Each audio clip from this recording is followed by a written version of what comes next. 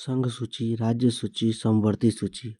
भारतीय संविधान में शक्तियों के विभाजन के लिए अनुच्छेद 246 के तहत 3 सूचियों का प्रावधान किया गया है, जो केंद्र और राज्य सरकारों के अधिकारों को निर्धारित करती है। ये 3 सूचियां हैं: संघ सूची यानी यूनियन लिस्ट, राज्य सूची स्टेट लिस्ट और समवर्ती सूची यानी करेंट लिस्ट। संघ सूची केंद्र सरकार के विषय। इसमें वे विषय शामिल होते हैं जिन पर केवल संसद, केंद्र सरकार कानून बना सकती है। यह सूची मुख्य रूप से राष्ट्रीय महत्व के विषयों से संबंधित होती है।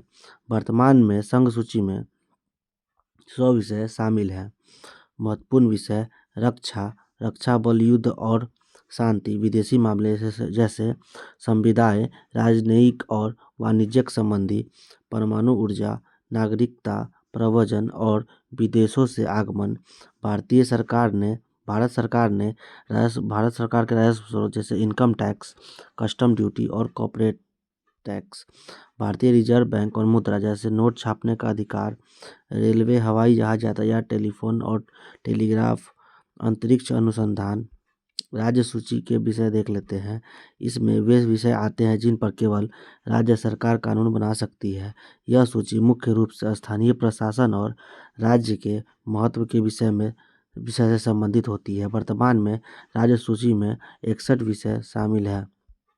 महत्वपूर्ण इसके विषय हैं राज्य सूची के: पुलिस और कानून व्यवस्था, स्वास्थ्य और अस्पताल, कृषि, पशुपालन और मत्स्य पालन, भू संपत्ति, भूमि अधिकार और जल, राज्य सरकार के राजस्व स्रोत, राज्य उत्पादन शुल्क, कृषि, आयकर, बाजार और व्यापार, राज्य की सीमा के भीतर, सार्वजनिक स्वास्थ्य और स्वच्छता, राज्य परिवहन।